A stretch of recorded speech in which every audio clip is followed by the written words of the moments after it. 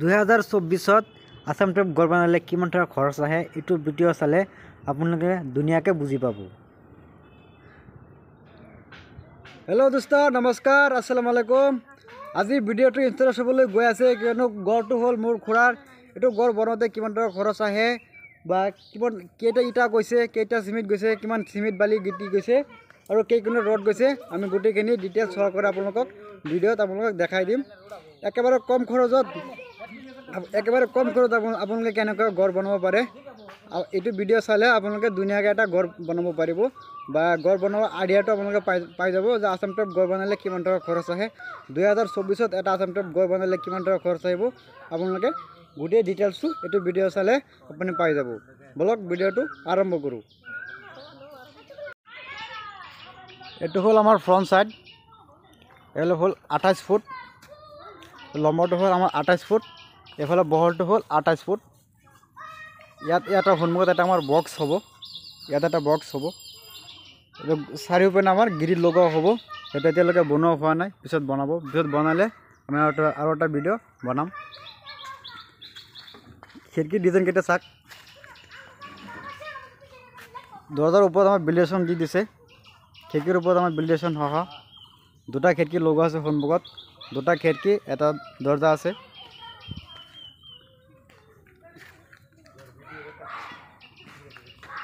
ভিডিঅ'টো চাওক, ভিডিঅ'টো সদায় আপোনালোকে 3 ফুট দিব।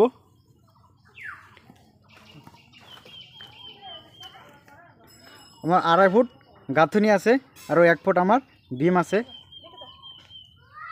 3.5 ফুট আমাৰ ভিডিঅ'টো আছে, মাটিৰ পৰা আমাৰ 3.5 ফুট আছে। এইটো ইয়াৰ পৰা ধৰিলে আমাৰ 2.5 ফুট আমাৰ প্ৰিণ্ট হ'ব। এইফালে আমাৰ দুটা খিৰিকী লগোৱা আছে। ভেন্টিলেশ্যনটো আমাৰ ডালাইৰ দিয়া আছে, চাওক ভেন্টিলেশ্যন কিমান ধুনীয়া লাগিছে, গ্লাছ সহ। এতিয়া আমি ভিতৰত গৈ দেখাই আছোঁ ৰুমকেইটা কেনেকুৱা আছে। এইটো এটা ৰুম, ফাৰ্ষ্টত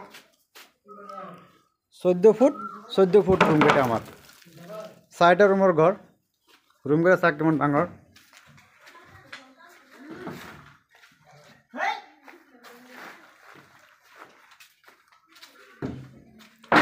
আপোনালোকে যদি কম খৰচ এনেকুৱা ঘৰ বনাবলৈ বিচাৰি আছে তেনেহ'লে ভিডিঅ'টো স্কিপ নকৰি গোটেইখিনি চাওক।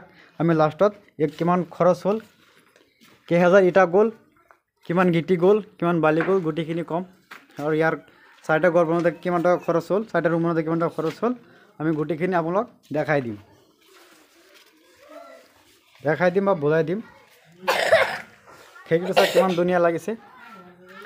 আপুনি যদি কম খৰচ এনেকুৱা ঘৰ বনাবলৈ বিচাৰিছে তেনেহ'লে এনেকুৱা মাজৰ পাৰ্টিশ্যনকেইটা আপোনালোকে 3 ইঞ্চি গাঁথনি কৰি দিব। 3 ইঞ্চি গাঁথনি কৰিলে আপোনাৰ ইটাকেইটা বহুত বাচি যাব। ধৰক আপোনাৰ এটা ৰুম বনাওঁতে যদি 2000 ইটা লাগে, ইয়াত আপোনাৰ 500 ইটা আপোনাৰ বাচি যাব। সেইকাৰণে মাজৰকেইটা আপোনালোকে 3 ইঞ্চি গাঁথনি কৰি দিব। 3 ইঞ্চি গাঁথনি কৰিলে আপোনালোকে ইটাটো সদায় 1 নম্বৰ ইটা লগাব আৰু ফুল চাইজ ইটা লগাব আৰু চিমেণ্ট মছলাত অলপ বেছিকৈ দিব, তেনেহ'লে ৱালটো আপোনাৰ মজবুত হ'ব। আৰু প্লাষ্টাৰ কৰি দিলে তেতিয়া আৰু টেনশ্যন নাই। চাওক, এতিয়া আমি ক'ম ইয়াত এটা 4টা ৰুম বনাওঁতে আমাৰ ইটা কেইটা গৈছে, ইটা কিমান গ'ল, বালি কিমান গ'ল, চিমেণ্ট কিমান গ'ল আৰু ইয়াৰ 4টা ৰুম বনাওঁতে কিমান টকা খৰচ হ'ল, 2024 কিমান টকা খৰচ হ'ল। আপুনি ভিডিঅ'টো স্কিপ নকৰি গোটেইখিনি চাওক, তেনেহ'লে গম পাই যাব যে 2024 এটা ঘৰ বনাওঁতে কিমান টকা খৰচ আহে। এতিয়া আমি ক'ম আমাৰ ঘৰটো বহল আৰু লম্বা কিমান আছে। লম্বাটো হ'ল আমাৰ 28 ফুট, বহলটো হ'ল 28 ফুট। ঘৰটো আমাৰ স্কুৱাৰ আছে, 4টা ৰুমৰ ঘৰ। 4টা ৰুমৰ ঘৰত ইটা গৈছে আমাৰ 5000 ইটা গৈছে। আৰু 4টা ৰুমত 4 কুইণ্টেল আমাৰ ৰড গৈছে আৰু 4 চিএম আমাৰ গিটি গৈছে, 8 চিএম আমাৰ বালি গৈছে। আৰু 5000 ইটা গাঁথনি কৰোঁতে আমাৰ 25 বেগ চিমেণ্ট গৈছে। আৰু যিমান লিংটাৰ কেইটা আছে, ইয়াৰ লিংটাৰ পোষ্ট আৰু তলত লিংটাৰ আছে এটা, সেই লিংটাৰ তলত এটা বিম আছে, বিম সহ আমাৰ আৰু 25 বেগ চিমেণ্ট গৈছে। 25 বেগ চিমেণ্ট আৰু গাঁথনিত আমাৰ 25 বেগ চিমেণ্ট, 50 বেগ চিমেণ্ট গৈছে আৰু 5000 চিমেণ্ট ইটা গৈছে। 5000 ইটাৰ দাম হ'ল আমাৰ 5000 ইটাৰ দাম হ'ল আমাৰ 50,000 টাকা 50,000 টাকার আমার সিমেন্ট গৈছে এটা গৈছে আর সিমেন্ট গৈছে আপনার 22,000 টাকার সিমেন্ট গৈছে আর সারি সিএম